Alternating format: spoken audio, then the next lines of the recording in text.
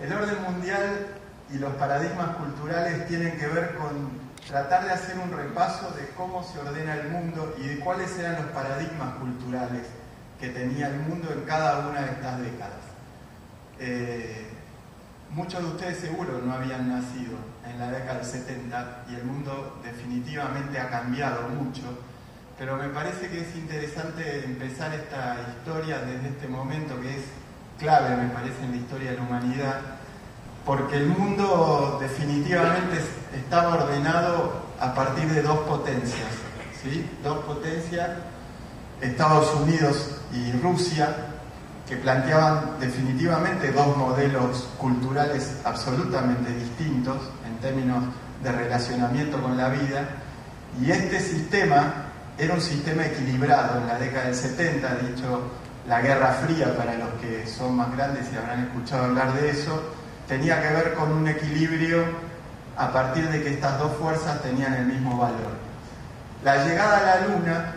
en esta Guerra Fría marca el primer atisbo de diferenciación de que una de estas dos potencias llega primero a un lugar que la otra. Y hay un paradigma cultural que atraviesa esta época definitivamente, que tiene que ver con la ideologización extrema.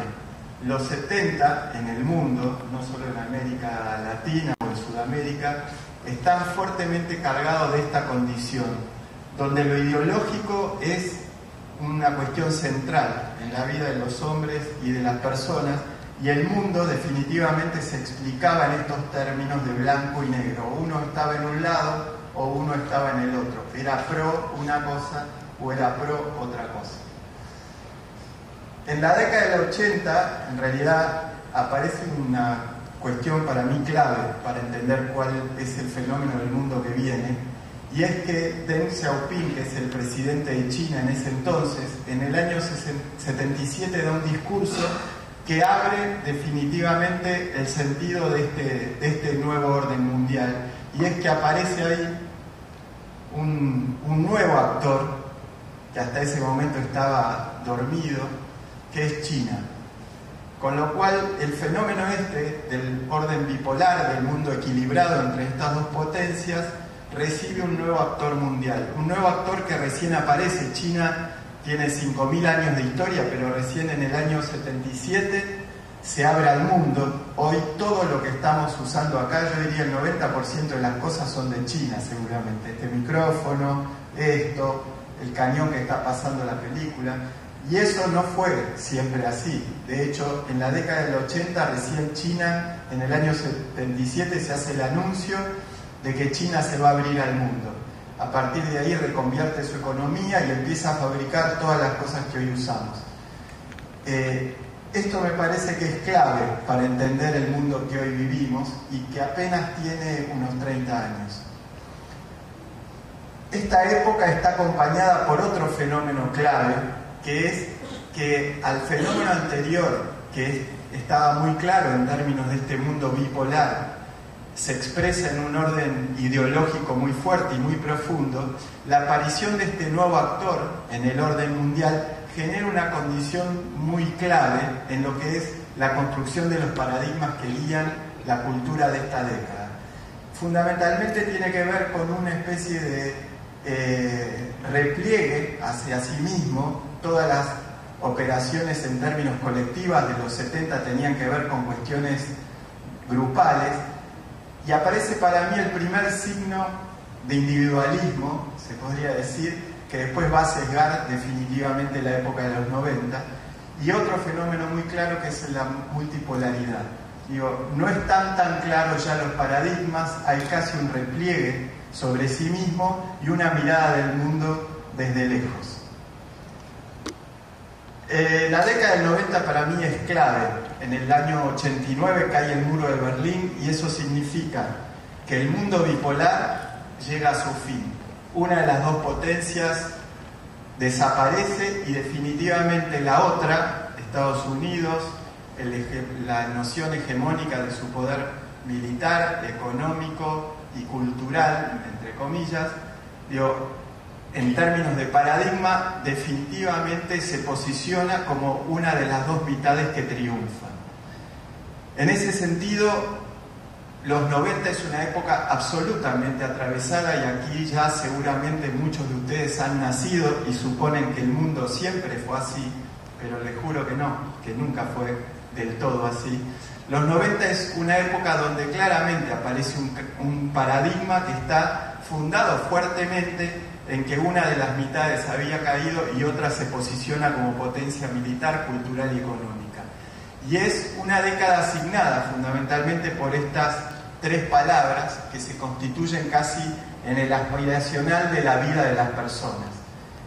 Y que la opción o el paradigma cultural de una sociedad responda a estas cuestiones realmente es bastante dramático. Esta condición de aparente hegemonía, diría yo, que se expresa en la década del 90, en el atentado del 11 de septiembre del 2001, recibe una alerta. Recibe una alerta significa que en realidad el mundo ordenado por un paradigma hegemónico no es tal, evidentemente, no es tal. Y aparece acá una constitución, en términos de orden mundial, que responde básicamente a la generación, de un sistema regional. El mundo se organiza según otro sistema para contrarrestar esta mitad que tiene que ver con la generación de la Comunidad Europea, o sea, sistemas transnacionales que buscan organizarse en términos regionales y equilibrar al mundo. De hecho, son las primeras experiencias y los primeros movimientos que tienen que ver con la organización del Mercosur como unidad regional de Sudamérica, los primeros movimientos en el sudeste asiático y la constitución de la Comunidad Europea como sistema regional que de alguna manera equilibre a la hegemonía de esta potencia mundial. Y aparecen en términos culturales durante esta época fundamentalmente un repliegue a lo que son las reivindicaciones locales y a un sistema de utopía muchísimo más equilibrado que el de la década del 70. ¿Qué pasará en el 2010? ¿No? Esto es casi futurología, tiene que ver qué pasará con la década que comienza en el 2010 al 2020. Y en ese sentido a mí me parece que es clave entender que el mundo tiende a organizarse de este modo. Una potencia mundial que está constituida, que ha tenido y ha sufrido, de hecho recientemente, la crisis financiera que sufrió Estados Unidos, que repercutió fuertemente en Chile y en toda Europa, de hecho, habla de la caída básicamente de un modelo que está basado en esta lógica del consumo indiscriminado. Y por otro lado, la aparición de una nueva potencia. Hoy China es segunda potencia económica mundial, seguramente en 2 o 3 años será primer potencia mundial. 5.000 años de historia que empiezan a ponerse en escena a partir de la irrupción definitivamente en el orden mundial de China, y un mundo que empieza a relacionarse con ambos actores de un modo equivalente. De hecho, Argentina exporta el 95% de su soja a China, Chile ni hablemos de toda la estructura de metales que exporta. Empiezan a establecerse unas nuevas relaciones económicas de orden mundial inesperadas hace 30 años atrás. Los Juegos Olímpicos definitivamente de Beijing en el 2010, el escenario en que se constituye Shanghái en ser sede mundial de la Feria de la Cultura, son todas acciones en términos culturales que instalan un país en el escenario cultural mundial. Y definitivamente con esto aparece un nuevo paradigma, que es el paradigma que vivimos hoy y que viviremos por varios años más, definitivamente creo en los próximos 10 años, que es esta nueva noción de que somos habitantes de un planeta finito que tenemos que cuidar, que definitivamente el sentido sobre la Tierra y sobre las cosas es clave para seguir habitando este mundo. Digo, todas estas cosas que fui relatando y que seguramente cada uno de ustedes se ha ido sumando en el año que ha ido nacido y en el año que ha ido tomando conciencia de cómo es el mundo,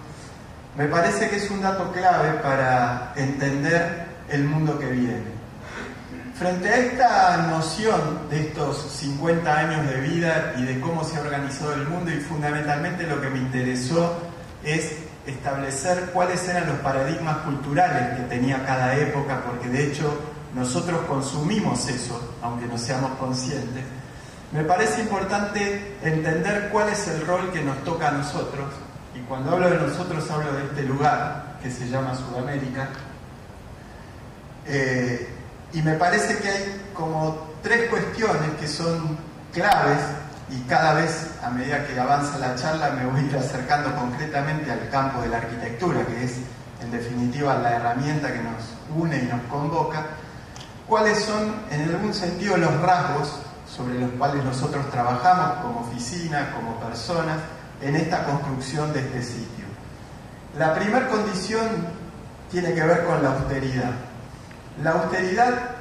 en alguna medida, me parece que es un bien que debería atravesar cualquiera de las acciones que hagamos en términos culturales y específicamente en las arquitectónicas, y que tiene que ver con la economía conceptual, con el uso de una economía conceptual en términos de los recursos que tenemos. Austero no significa, como muchas veces se malinterpreta, que nos falten cosas, sino tiene más bien que ver con una profunda acción de síntesis, donde cada una de las acciones que hagamos resuma varias acciones. La segunda condición, que me parece que es clave también, sobre la cual trabajamos concretamente en el estudio, con las cosas que hacemos, tiene que ver con la noción de lo regional. Lo regional significa tomar conciencia que habitamos este sitio,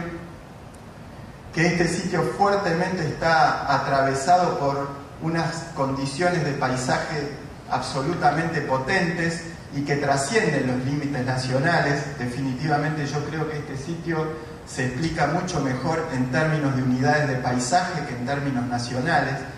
Creo que es mucho más igual la gente que habita sobre el macizo cordillerano a la gente que habita sobre las cuencas del Paraná, del Amazonas y del Orinoco, a la gente que habita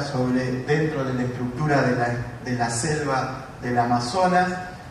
y a la gente que habita sobre el sistema de costas y bordes, puertos vinculados a los otros continentes. Sería muy difícil en este lugar que no tiene fronteras definir las fronteras, y yo creo que entender en profundidad la región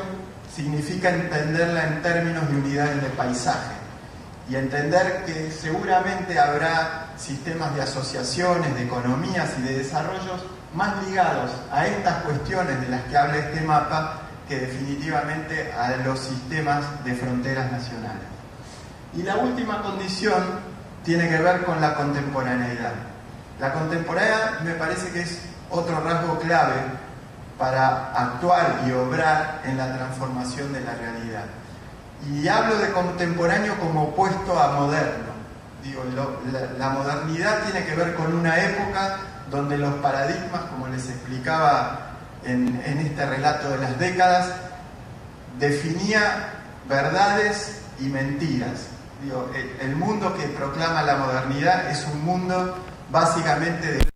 negros y de una claridad meridiana respecto a los paradigmas que tenía una época. En ese sentido me parece que la contemporaneidad, que es una situación muchísimo más sutil que la de la modernidad, y en esto hay un filósofo bien interesante que habla fundamentalmente de la diferencia entre lo simple y lo complejo, y dice: lo simple segmenta y divide, lo complejo capta la diferencia o distingue, que es una condición mucho más sutil, y en ese distinguir reúne. A mí me parece que la contemporaneidad, que es una condición de nuestra época definitivamente, y que habla de entender que somos un mundo globalizado y que formamos parte de este mundo globalizado, nos permite complementarnos definitivamente entre nosotros y no vernos como diferentes o como opuestos. Cuando hablo de nosotros, por supuesto, sigo hablando de este lugar.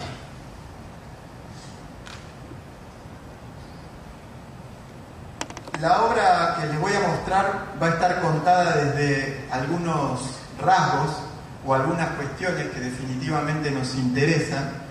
Y la primera es esta, que es el sentido. El sentido significa que en la oportunidad de cada obra está la oportunidad de decir cosas. Y ninguna obra tiene sentido si no tomo el trabajo y el esfuerzo decisivo de emitir opinión con esa obra.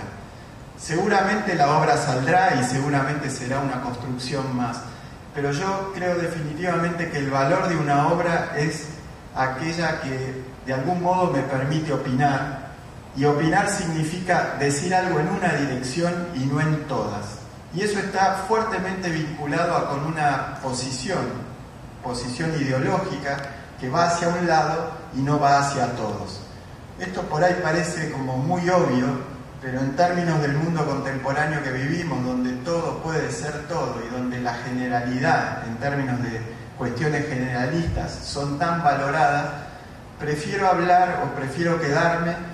con una opinión sesgada, con mirar el mundo de un modo y con hacer arquitectura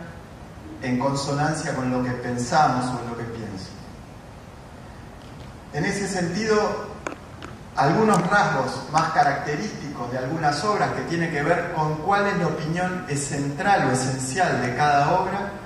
en el caso del Centro de Justicia Santiago, fuertemente tienen que ver con construir este espacio central. Toda la obra, su máximo sentido, tiene que ver con haber construido una plaza pública, democrática, que hable de la nueva condición que tiene la justicia a partir de la reforma procesal penal. Después seguramente la obra tiene millones de complejidades a resolver, pero fuertemente la decisión que guía el sentido de esta obra es usar el edificio para construir una plaza. El Parque Micaela Bastidas, que es otro sistema de parques que hicimos en Puerto Madero, entre otros, fuertemente tiene como vocación definir un nuevo modo de entender los parques urbanos,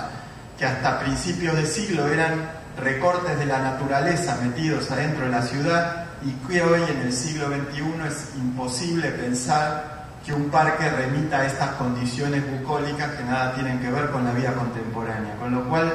la noción de que el parque es un parque construido es casi un edificio a cielo abierto que tiene programas y espacialidad, son definitivamente la idea central que atravesó el proyecto del Parque Micaela Bastidas y los otros parques en Puerto Madero. El Estadio Guaymallén, que es un estadio cubierto en Mendoza, un proyecto de un estadio cubierto, es básicamente la reflexión sobre una operación en el desierto. En el desierto uno se arrima al piso, se agacha, el viento le pasa por arriba y básicamente la operación es una operación vinculada a la tierra. Y en ese sentido esta pieza, que es básicamente una gran cubierta y una operación semienterrada, habla de la condición de este edificio. El edificio de oficinas de nuestro estudio es básicamente un sistema de losas abiertos que permite trabajar al aire libre. Buenos Aires tiene un clima templado,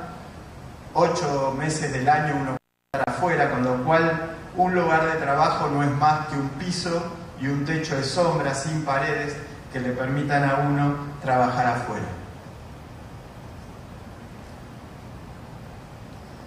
Y el Master Plan de Chizhou, que es la ciudad que estamos haciendo en China y que es la primera obra que voy a empezar a desarrollar, básicamente es el planteo de una ciudad que se construye con nuevos paradigmas. De hecho, la ciudad, que era una ciudad que tenía esta posición en relación a un lago, necesita crecer y a partir de crecer, del modo en que crece, es definitivamente el valor agregado por excelencia que me parece que aporta el proyecto de esta ciudad a la lógica de la construcción de la urbanística de ciudades.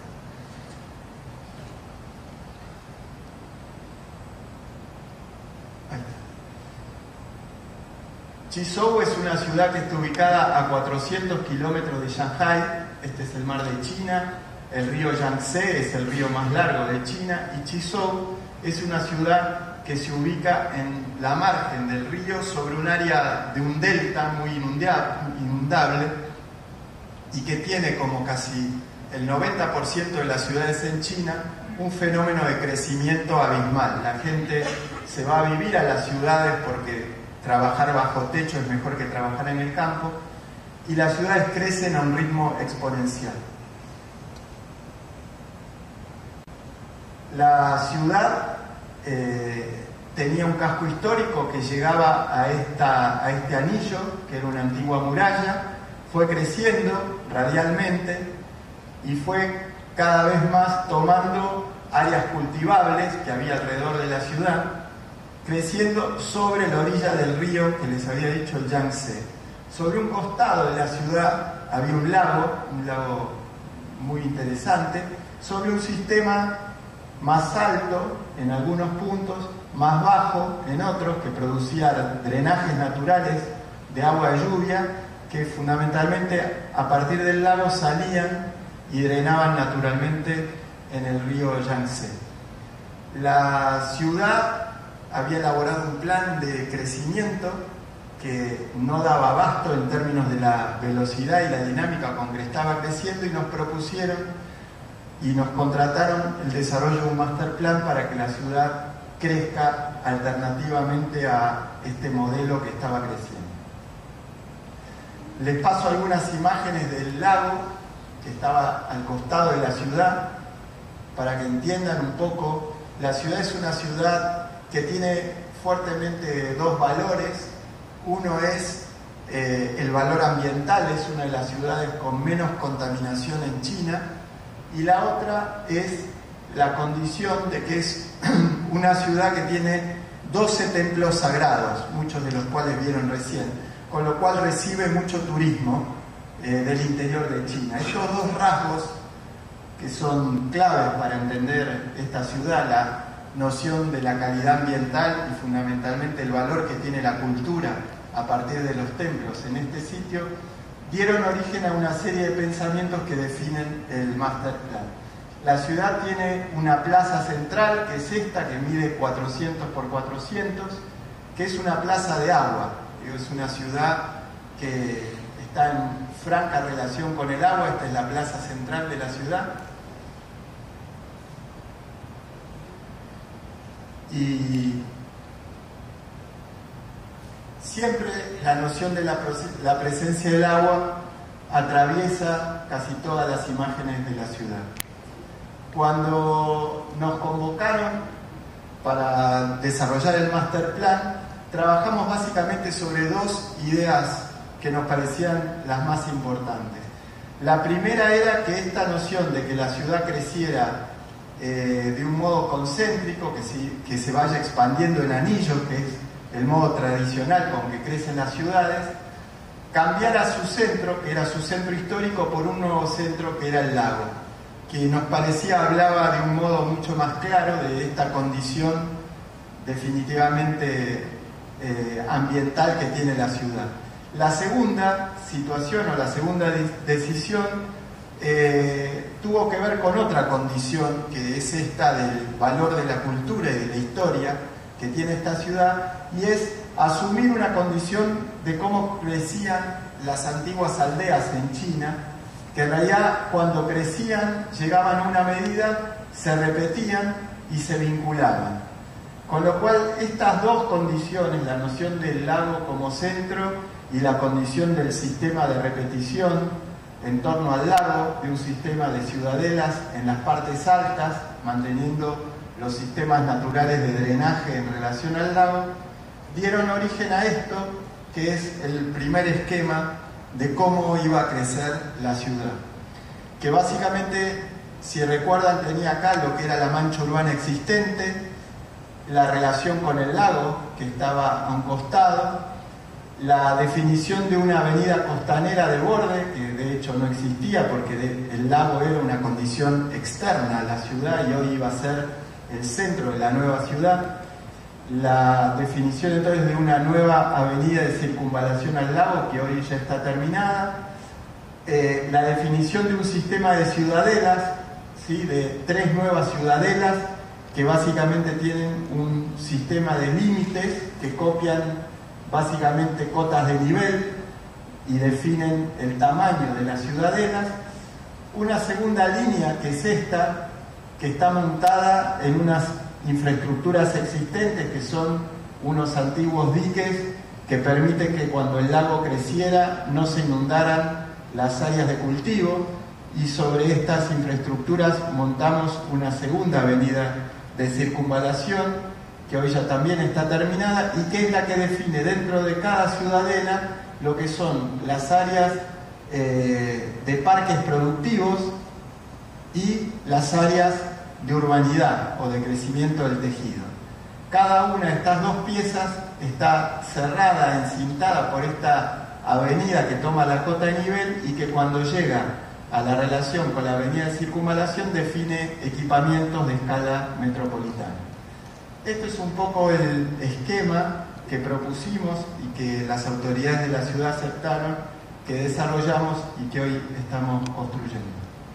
Este es el master plan de las ciudades, en términos reales, lo que les contaba recién, la avenida de circunvalación, el segundo anillo de la avenida que define dentro de cada una de las ciudadelas las áreas que son parques productivos a las áreas que tienen crecimientos de tejido, la operación sobre el área central de la ciudad y su crecimiento sobre una antigua plantación de arroz, y el traslado de lo que era el puerto, antiguamente el puerto operativo de la ciudad, que se muda acá, que ya está operativo en este lugar, y acá se armó un nuevo puerto turístico. Y la nueva llegada a la ciudad, ya que antiguamente la ciudad se llegaba por acá, y ahora está por acá, que es básicamente esto, que es una nueva estación de un tren rápido que vincula con Shanghái, y la nueva autopista, y a 30 kilómetros de acá el nuevo aeropuerto. Algunas imágenes para que vean, y después les paso el sistema de sectores, que tienen que ver con la primer ciudadela, la avenida de circunvalación, la segunda avenida, y algunas operaciones que están montadas dentro de lo que es la estructura del parque productivo.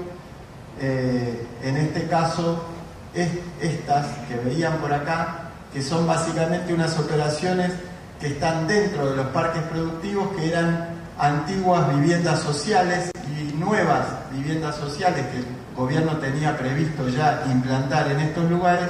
que quedan dentro de unos sistemas de polder, porque de hecho estos parques productivos cada 10 años la recurrencia de lluvia hace que se inunden, con lo cual las áreas de los parques tienen sistemas de polder que alojan básicamente construcciones existentes y localizaciones que el gobierno tenía previstas. Sobre este lado, el nuevo crecimiento de la ciudad, la nueva terminal de trenes y un crecimiento básicamente en una unidad de operación inmobiliaria que en China es de 400 por 200. Digo, la noción del terreno que tenemos acá, que es un terreno de 10 por 30, 10 por 40, qué sé yo, la medida esa allá es 200 por 400. Esta es la segunda área, que es básicamente el área de las universidades. Toda esta ciudadela básicamente aloja infraestructuras universitarias. Sobre la avenida hacia allá, el parque productivo contiene básicamente unos antiguos pueblos de pescadores que quedaron dentro de estas piezas y incorporan dentro del sistema de los bordes algunas relocalizaciones de poblados que estaban aquí y acá, mal ubicados, porque estas son áreas de drenaje muy inundables, con lo cual algunas poblaciones de estos lugares se relocalizaron dentro de estas piezas de los polders, que tienen que ver con poblados históricos de pescadores que había acá, y de esta avenida, que es la segunda avenida de circunvalación para atrás, aquí aparecen dos grandes manchas de cerros. Esta primera ocupación, esto violeta, es una universidad que ya ocupa este lugar, y un sistema de lotes que básicamente irán siendo ocupados por distintas universidades. La costanera aquí se mete para adentro y deja un sistema de parques públicos en relación al agua. La tercera ciudadela, que tiene que ver con la de arriba, que es básicamente un área insular bastante fuerte, que tiene de vuelta un sistema de parques y de unos sistemas de vivienda en esos lados. Por ahí atrás veían esta raya, que es la avenida que define básicamente el área del parque productivo, y unos sistemas de viviendas de recreación con unas áreas parques públicos sobre el borde, y una antigua operación de cesión de costa que había hecho el municipio a un grupo inversor que estaba desarrollando un desarrollo hotelero de escala, que cuando empezamos a trabajar en el master plan, esta lógica de ceder costa pública a privados terminó, con lo cual las operaciones pasan a este sitio. Hay un sistema fuelle de recreación de las áreas privadas y finalmente sistemas de parque público por delante de la circunvalación. Y por último, el área central, que les decía que es básicamente esta operación de expansión de la ciudad sobre este punto, la avenida de circunvalación que está terminada, la segunda avenida que define el borde de la ciudad, y después sobre este lugar irán apareciendo unos sistemas de relleno que permitan operar en convivencia con este sistema que ya era una estructura productiva abandonada de arroz, y que se convertirá en un nuevo parque acuático, en esta operación que constituye básicamente un nuevo flete urbano y un sistema de rellenos de polders para alojar básicamente oficinas, terciario y vivienda de alto estándar. Y les paso algunas imágenes que tienen que ver con esos bordes nuevos que hoy tiene la ciudad en relación al agua, que anteriormente no tenía. Bulevares, paseos costeros, algunas relaciones que han dejado como parques naturales, y algunas piezas que han constituido en este nuevo borde signos de urbanidad. Síntesis es la otra condición sobre la cual trabajamos mucho en el estudio. De hecho, todas estas cosas que me sirven a mí como excusa para explicar una obra están de hecho presentes en cada una de las obras que les voy a mostrar. El estudio de nuestras oficinas. Síntesis tiene que ver con este arduo esfuerzo por explicar en una acción breve un conjunto de pensamientos o de opiniones respecto de un tema o de una obra en particular. Como les decía, básicamente esta obra se explica en un sistema de losas superpuestas, un terreno muy breve, apenas de 60 metros, y un sistema de losas que va de tabique a tabique, que permiten ventilar naturalmente la obra de lado a lado, y un sistema de parasoles que resuelven las dos orientaciones noreste y oeste. El edificio está ubicado en este punto, en la intersección de una avenida diagonal ancha y una calle un poco más pequeña. Justo la proa esa que tiene un árbol es la ubicación del estudio. El terreno es muy pequeñito, 350, 850, 950, 1050. Esto es una medianera, de hecho esto es fruto de un ensanche de esta calle, con lo cual esto teóricamente es un terreno muy, muy pequeño, pero terreno al fin. con lo cual esta medianera y esta medianera son las que sirven para organizar esta losa sin vigas que va de lado a lado, y esto es un muro complementario que con una escalera lineal que vincula todos los pisos resuelve que en este sentido el edificio no se cae, pero sí en este sentido el muro grueso este resuelve los esfuerzos para que el edificio no vuelque en este sentido. Las losas se retraen 30 centímetros y sobre el frente un sistema de planchuela de hierro de 3 pulgadas por 4 milímetros resuelve con apenas una leve inclinación el sistema de relación con el sol. Los dos tabiques, este que está por detrás y el que va en esta medianera que toma todo el lado, cuando llegan al piso tienen fundaciones exentas, con lo cual una va para allá, la otra para acá, una toma hacia allá y la otra toma hacia allá, y ambas constituyen este sitio que es un subsuelo, sala de reuniones. Las losas se despegan 20 centímetros del piso, permiten ventilar e iluminar este sitio, y después a partir de acá hay un sistema de carpinterías interiores que se abren y permiten que esto ventile naturalmente, y por fuera de las cabezas de losa unas planchuelas horizontales para resolver el noreste y inclinadas para resolver el oeste, que suben 1 metro, resuelven la baranda. La última losa se agujerea para dar un lugar semicubierto donde comer y almorzar y proteger del sol la última losa, y constituir básicamente estos que son pisos de trabajo. Algunas imágenes de la obra, que es muy breve y sencilla en términos de que es una acción muy concreta, muy definitoria. La fachada noreste, que es más abierta, la anterior que veían era la oeste, que es más cerrada. Esta.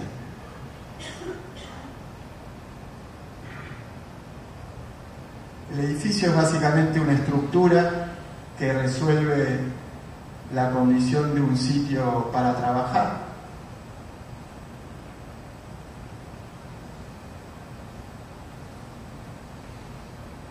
Eso. Simultáneo tiene que ver con otro esfuerzo que hacemos, y es que cada una de las partes de la obra resuelva a su vez múltiples partes. Cada obra tiene que resolver cuestiones funcionales, espaciales, formales, estructurales, de lenguaje, y de hecho hacemos un trabajo muy arduo para que todas esas acciones se resuelvan con una sola acción. El Centro de Justicia Santiago, de hecho, si bien es una obra que tiene 120.000 metros cuadrados, bien puede explicarse en esto, que es apenas uno de los 8 edificios que constituyen el gran edificio, y que tiene básicamente 25 por 50 y una estructura que se va a repetir, ¿no? Esta pieza se va a repetir y va a constituir básicamente en esta noción de organización que resuelve el problema funcional, el problema estructural, el problema espacial y el problema del lenguaje. En esta única acción se resuelve todo el edificio. Voy a pasar rápido porque ustedes conocen Santiago, conocen de qué estoy hablando. Estas son algunas de las imágenes de los croquis del concurso, que tienen que ver fundamentalmente con construir este sitio de escala, la plaza esta que era nuestra obsesión en términos de decisión general, la maqueta del concurso, que es básicamente la constitución de esta pieza a partir de la repetición de 6 edificios iguales, 1, 2, 3, 4, 5, 6, y la alteración en este punto de 2 edificios que son la Fiscalía y la Defensoría, que son 2 edificios orientados, con espacio orientado hacia el gran atrio. El resto es básicamente la repetición de un mismo edificio que se repite 6 veces,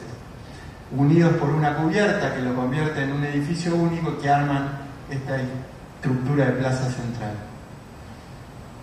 El edificio tiene una complejidad que no se los voy a explicar, y seguramente por ahí Cristian ya se los ha contado y explicado. Tiene una complejidad funcional altísima, porque de hecho a cada una de estas salas de audiencias,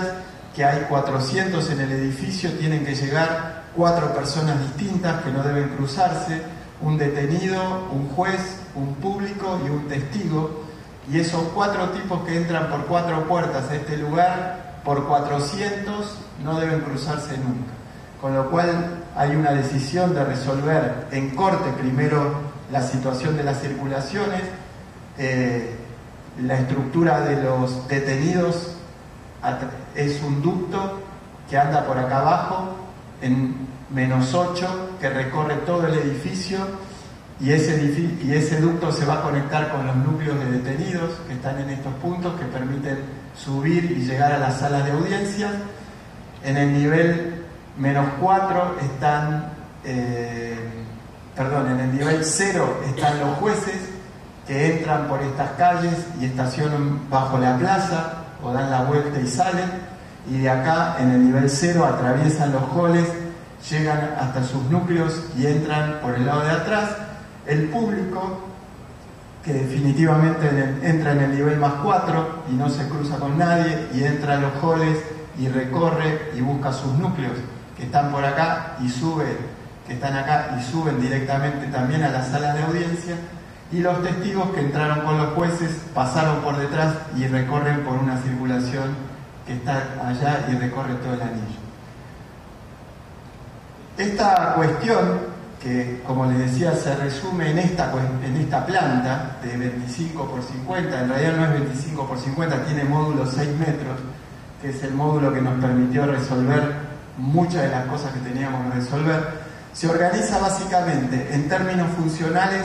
con un frente que es público, núcleo público, y por acá camina el público, un centro que tiene que ver con las salas de audiencias, 2 salas, un núcleo de detenidos, 2 salas, un núcleo de detenidos, un sistema de patios que permite ventilar las salas, otro acá en relación donde empieza el otro edificio,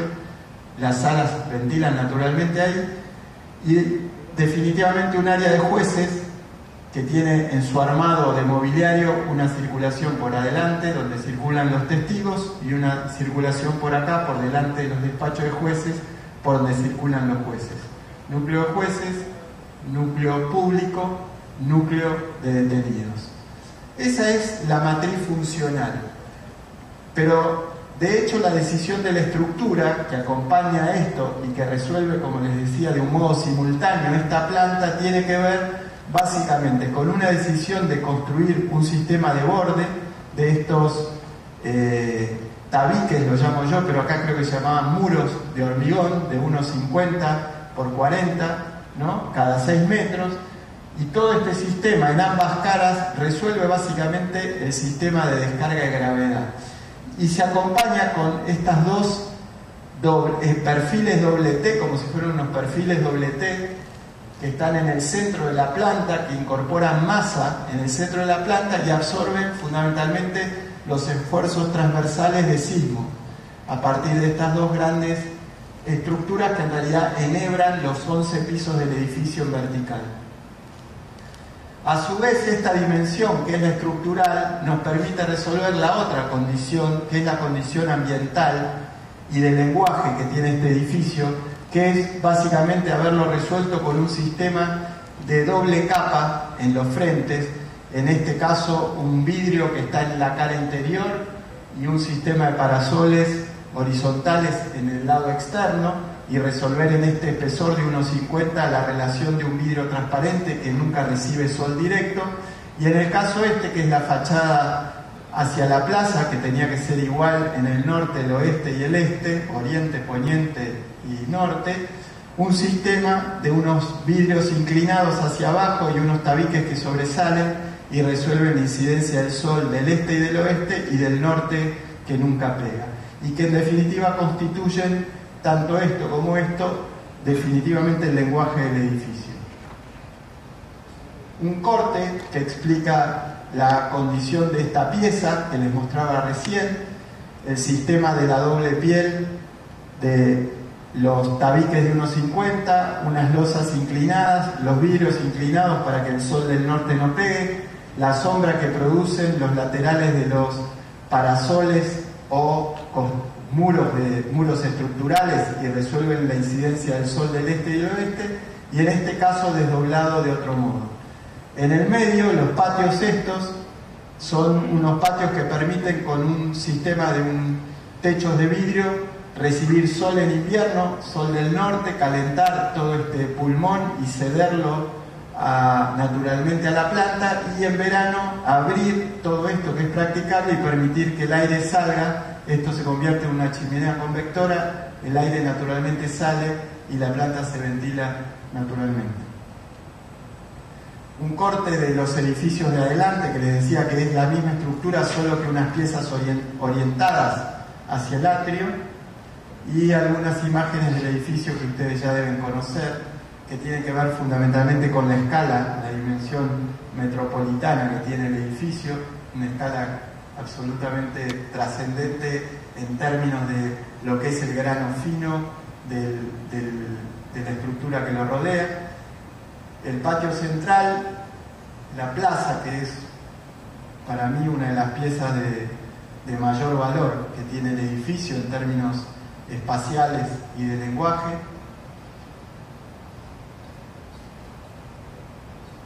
Y la incorporación de una serie de atributos como la fuente de agua, que básicamente es un espejo de agua muy poco profundo, que recibe el sol del norte y que agrega humedad en un clima, como ustedes saben, muy seco como es el de Chile. Las caras posteriores del edificio están todas resueltas en estos términos. Básicamente, cuando llegan a 6 metros, frenan, otorgan una nueva escala a lo que es la calle perimetral. Hay unos álamos plantados ahí que crecerán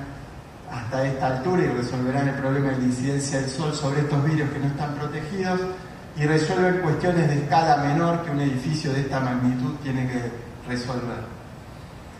El atrio y básicamente el acceso a este patio que permite entrar a los auditorios,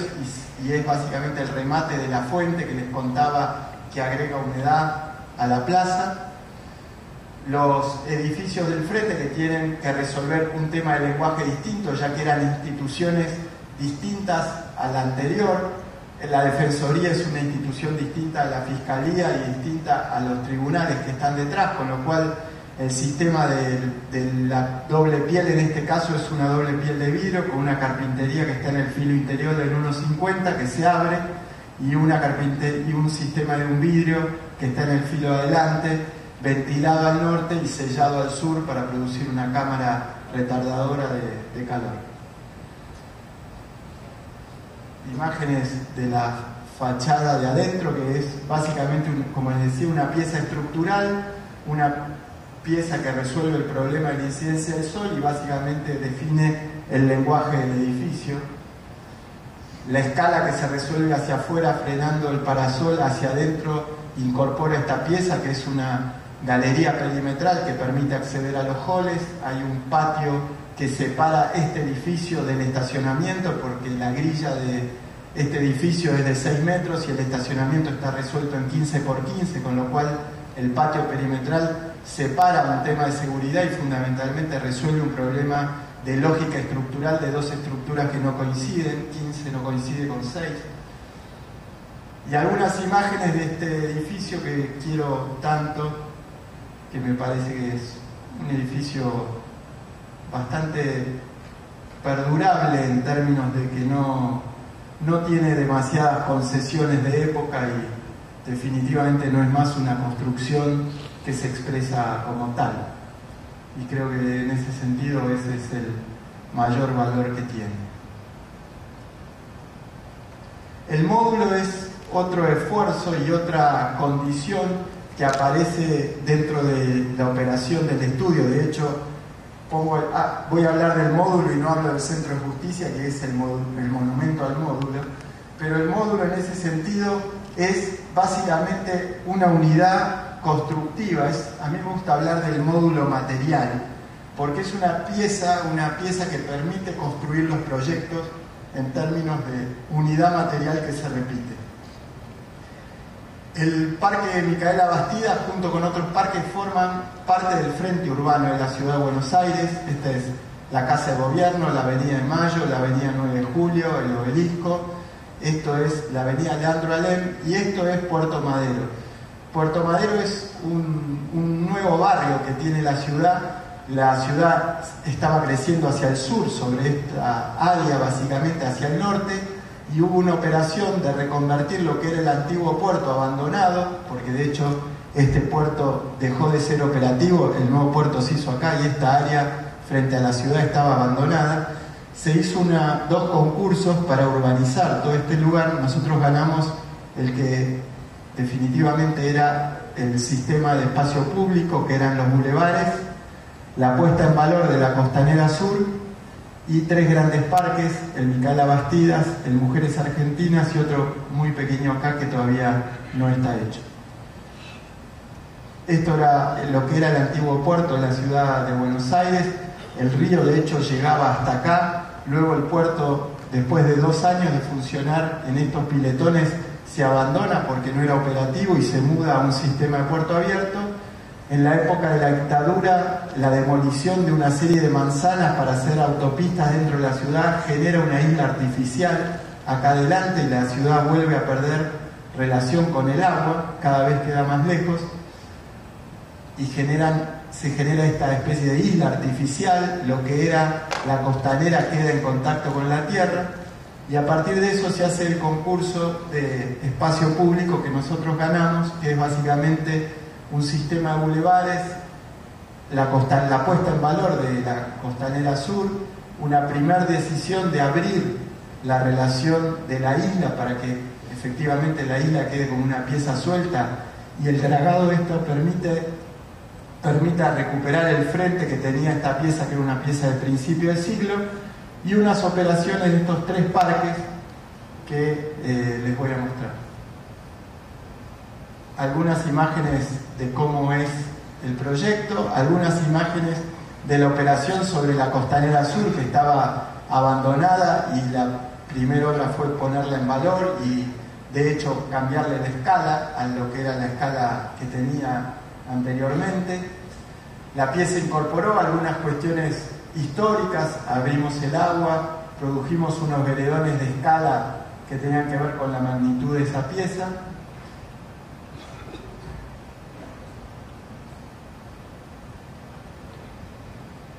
Y el Parque Micaela Bastidas, dentro de esta operación de espacio público,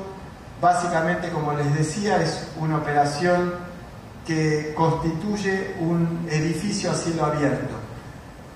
Una primera operación de definir un sistema de zigzag entre la relación de 3 manzanas que llegan al área del parque, son unas 8 hectáreas, y el río que está del otro lado. El zigzag de algún modo expresa esta condición de tensión entre la ciudad y el río. Y la segunda es el aprovechar un excedente de tierra que había en el lugar, producto de la apertura de calles, y este excedente de tierra de aproximadamente unos 50 de alto en toda la superficie del terreno, la empujamos en 0 en estos lugares, dejamos el 0 en estos lugares, que es esto, y en todo este sistema la subimos de 0 a 4,50 y constituimos básicamente estos recintos, que son estas 3 plazas de más o menos 1 hectárea cada una, que definen relaciones muy particulares de una escala muy doméstica en relación a cada una de las manzanas y la posibilidad de generar un recorrido superior y un recorrido inferior. ¿A partir de qué? De una operación que es la de este módulo constructivo, que es un gavión, que es una pieza básicamente de ingeniería de caminos, canastos que se llenan con piedra y que permiten resolver el esfuerzo horizontal que produce la tierra, que está a más 4,50, y el 0 que está acá abajo. La pieza se curva para resolver mejor el esfuerzo y en este punto da vuelta y toma el talud de tierra, que es el otro lateral de la plaza. A esta situación se le agrega esto, que es una pieza de hormigón que resuelve escalera y rampa y resuelve la relación entre el 0 y el 4,50. Una planta de obra, de documentación de obra de los parques. Documentación de obra donde más que un parque parece un edificio, que es lo que me parece que está bien en términos de un parque urbano. Y fundamentalmente esta noción de esta pieza o unidad de módulo constructivo que permite repetida construir la lógica del parque. ¿Qué es esta pieza que se va a repetir 3 veces,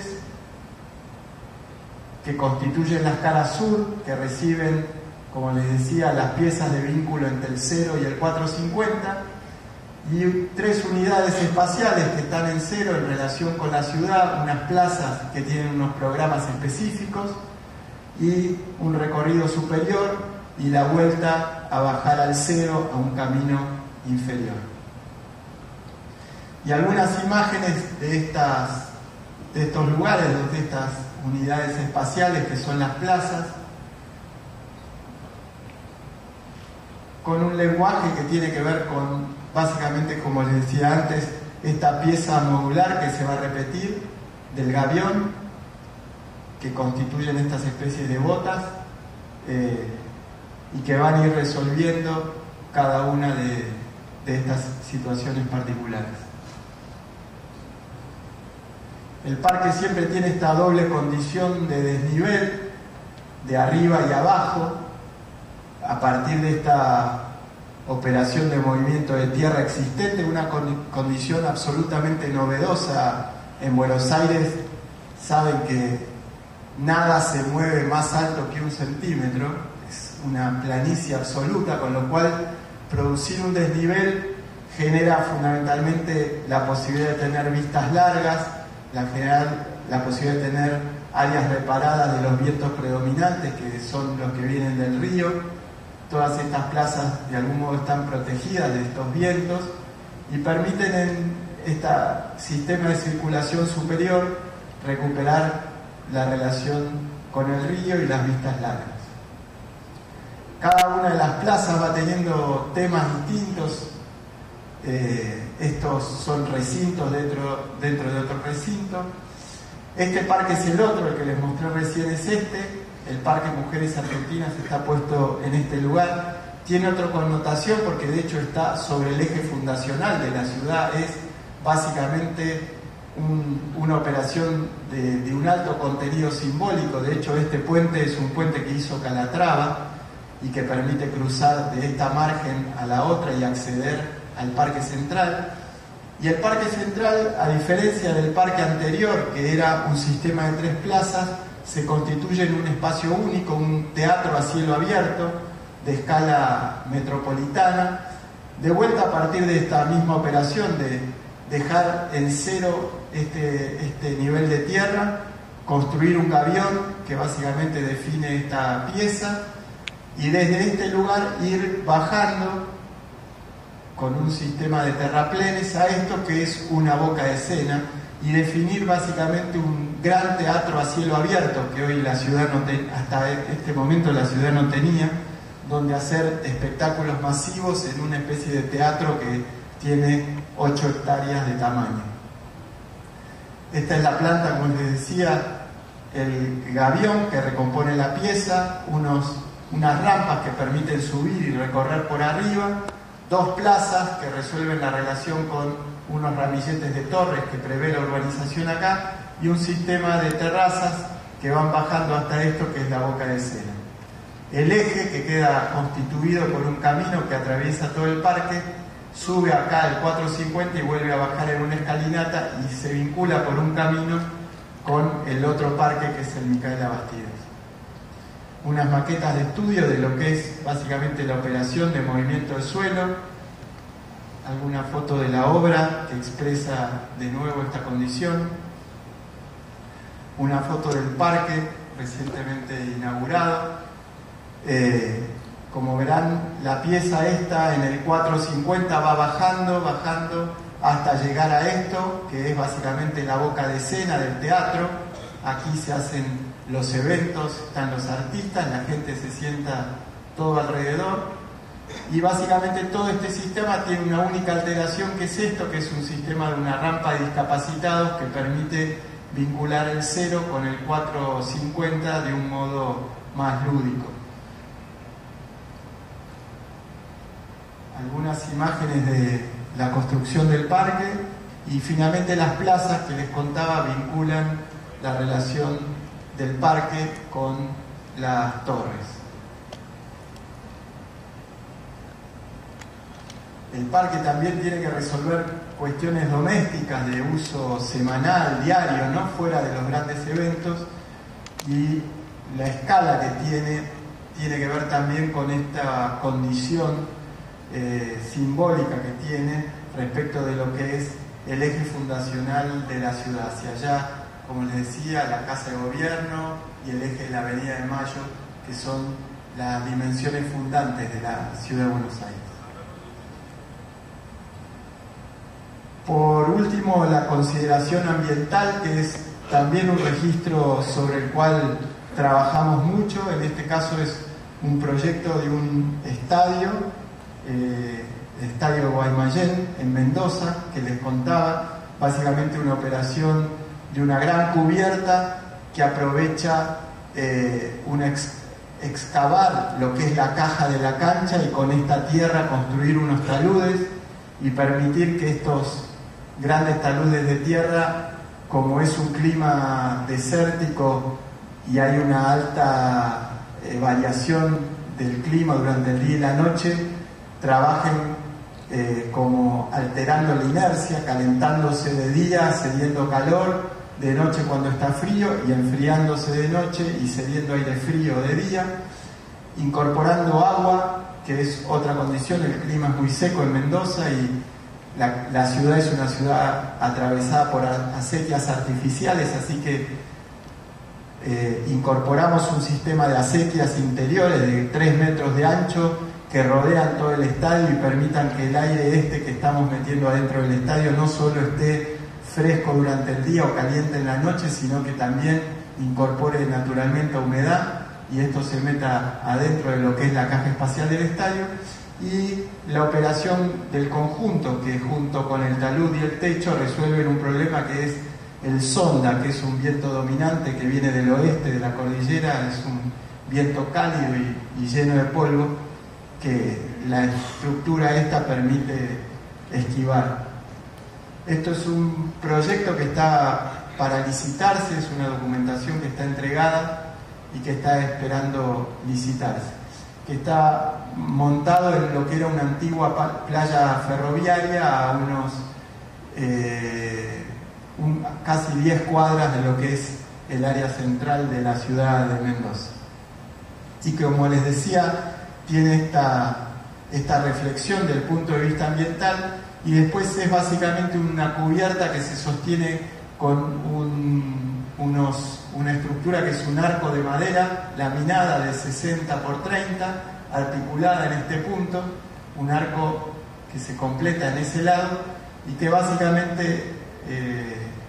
ha ido resolviendo en esta estructura de arcos que está así, por eso estas manchitas negras tienen esta geometría. Los arcos van saltando la luz, que en este punto llega a 110 metros, para que se den idea. El estadio es un estadio cubierto de 15.000 personas. Tiene en el más 3 la estructura de acceso, sobre las dos caras se entra a una calle perimetral y desde allí al medio de la tribuna, con lo cual desde este punto se baja o se sube en una peineta que sigue subiendo, y van a ver en la otra foto, porque es el corte más alto. Este es el corte del nivel de acceso. Desde este lugar se mira hacia abajo por estos lugares donde corre el agua, que es el agua que se incorpora al estadio, como les decía. Esta es la planta superior, es una vista aérea de toda la tribuna completa. Se entra justo en la mitad para tener poco desplazamiento, subir y bajar rápidamente. La planta inferior a la de la calle perimetral de acceso es una planta que alberga básicamente baños públicos en las dos caras y confiterías en las cabeceras, confiterías y baños públicos, y balconea a dos situaciones que son la piscina olímpica cubierta, es una piscina de 50%, y esta es dos canchas de precalentamiento. El nivel 0, que es el nivel de acceso directo de deportistas y prensa da este lugar, que básicamente tiene todo el área de alojamientos de deportistas, todo el área de prensa, todos los vestuarios secos en relación a los gimnasios de precalentamiento y los vestuarios húmedos en relación a la pileta olímpica. El corte del estadio, donde ven las piezas, los arcos articulados en ese punto, la articulación también sirvió para producir una interrupción en la cubierta e incorporar luz natural y armar todo el sistema de andamiaje técnico. Y después es una estructura de hormigón que sostiene unas gradas premoldeadas y un gavión que resuelve la relación con el agua, que da vuelta a todo el edificio,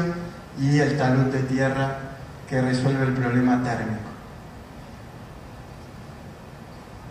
El corte en el otro sentido, la forma básicamente tiene que ver con lo que daba la curva estructural, o sea, todos los arcos estos, en el punto en donde la ingeniería daba que la mejor curva consumía menos material, ese era el punto que fijaba el arco de curvatura del estadio general. La estructura es perpendicular a la planta esta elíptica y está resuelta, como les decía, con unas piezas de madera laminada que después son cubiertas con una cubierta de chapa gofrada cada 30 centímetros, muy sencilla, y resolver así toda la pieza del estadio cubierto.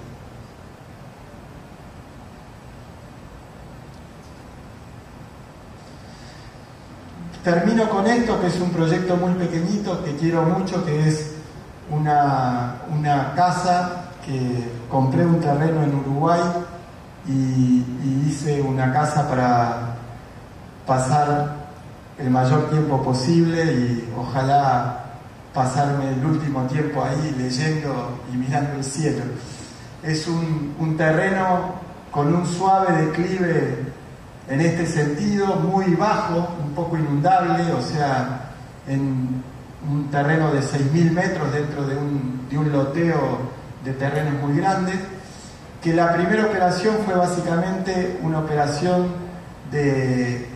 armado de este lago artificial, que es un día de una retroexcavadora que sacó tierra de acá y la puso de este lado y permitió secar todo el terreno. Cuando la lluvia viene desde acá, llena la laguna naturalmente y el terreno está siempre seco, y el excedente de tierra que fue esta operación de un día de una retroexcavadora, sirvió también para subir un poco la casa en este punto, que tiene también un dibujo de un suelo artificial. La casa después es básicamente una operación muy sencilla, se construyó en 3 meses reales. Es una estructura de hormigón, mide aproximadamente 5 por 30, digo aproximadamente porque la medida la da el fenólico. El fenólico, no sé cómo lo llaman acá, son esas piezas que sirven para hacer los encofrados de hormigón de 1,22 por 2,44. O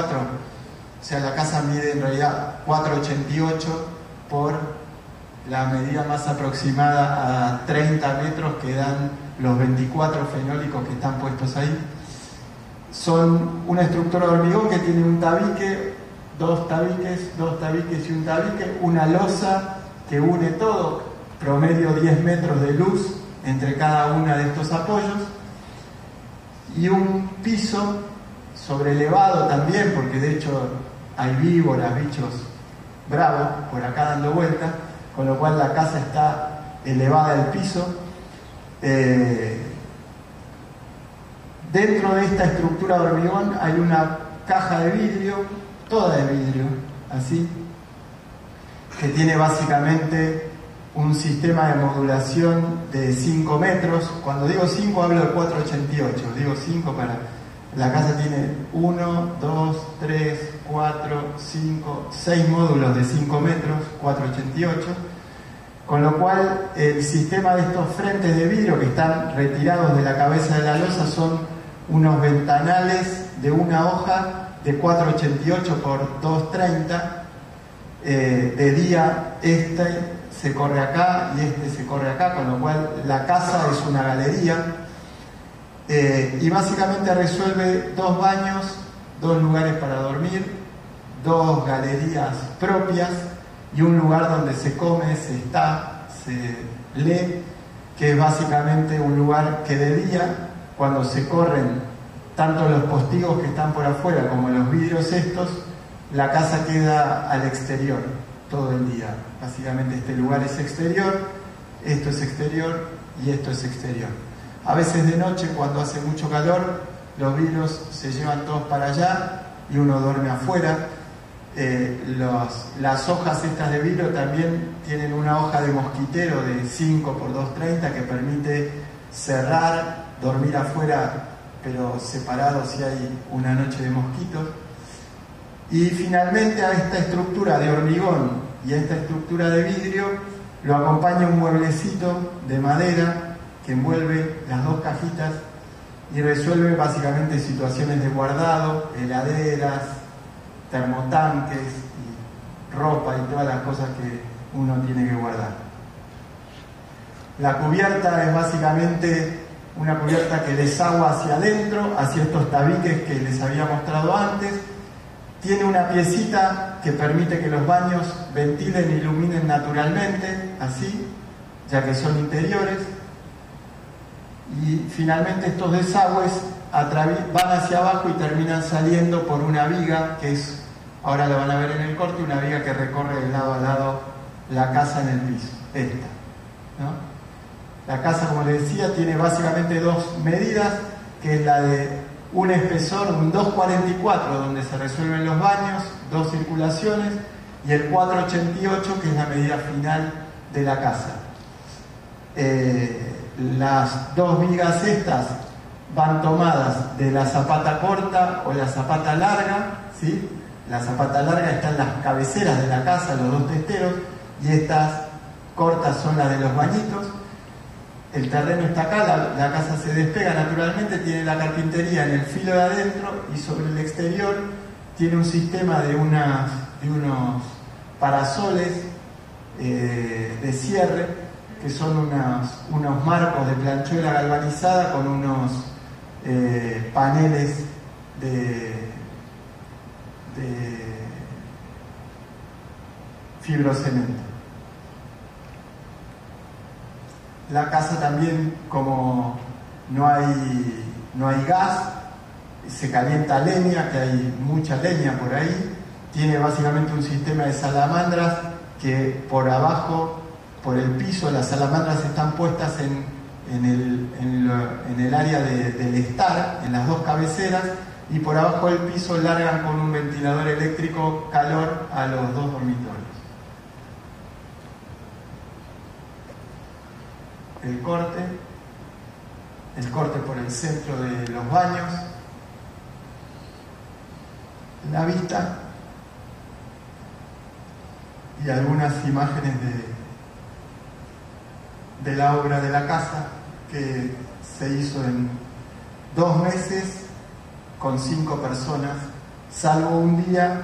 que vinieron 20 para llenar la losa, pero después 5 personas en 2 meses hicieron todo el hormigón, las instalaciones, todo era por piso, era definitivamente muy sencillo, y el mes siguiente se usó para hacer todo el montaje de la carpintería y armar los parasoles que los armamos ahí los postigos que los armamos ahí en la obra.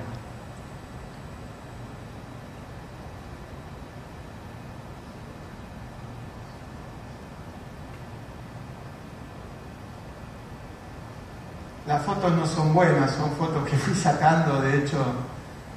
no tengo fotos de publicación todavía de esta obra, pero sirve para mostrar lo que la obra es.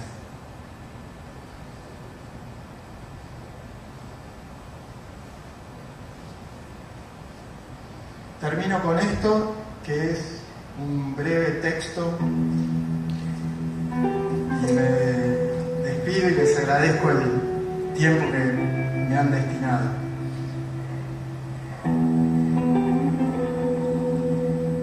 Quizás sea esta la más decisiva operación intelectual que nos debemos desde Sudamérica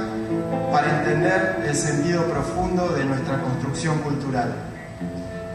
Acostumbrados a medirnos desde modelos externos, revisando nuestras certezas desde la mirada de otro,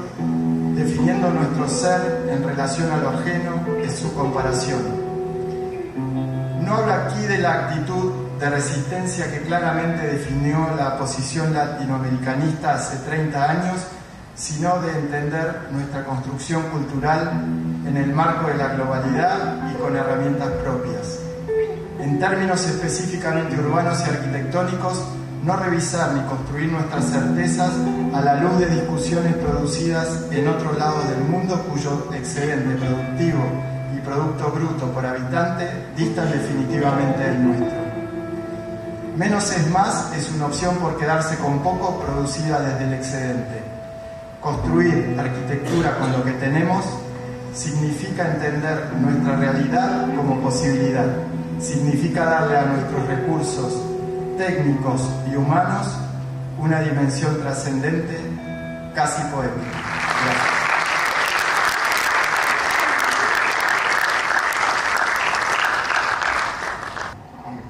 Bueno, Marcelo, a nombre de la escuela, nuevamente muchas gracias. La verdad que la charla fue realmente motivadora, inspiradora y a la vez creo que muy, de alguna manera, motivadora también en cuanto a vernos a nosotros como chilenos, como arquitectos de esta parte del mundo, de otra manera y poder desde acá mirar de otra manera hacia afuera. Yo quisiera abrir el micrófono a preguntas que tuviera el público. Creo que la charla, de todas maneras, amerita una conversación que después continuaremos en el foyer en torno a un cóctel, digamos. No sé si... Creo que hay un micrófono para ahí que está circulando. ¿Alguien quisiera hacer alguna pregunta? Con entender lo poco que tenemos como una posibilidad y no como una restricción. Aprendí ese truco con unos amigos paraguayos, con Solano y con Javier Corbalán, y desde ese día me quedé maravillado con cómo un tenedor podía quedarse equilibrado en la punta de un escarbadiente cuando parece que se va a caer, ¿no? Así que, nada.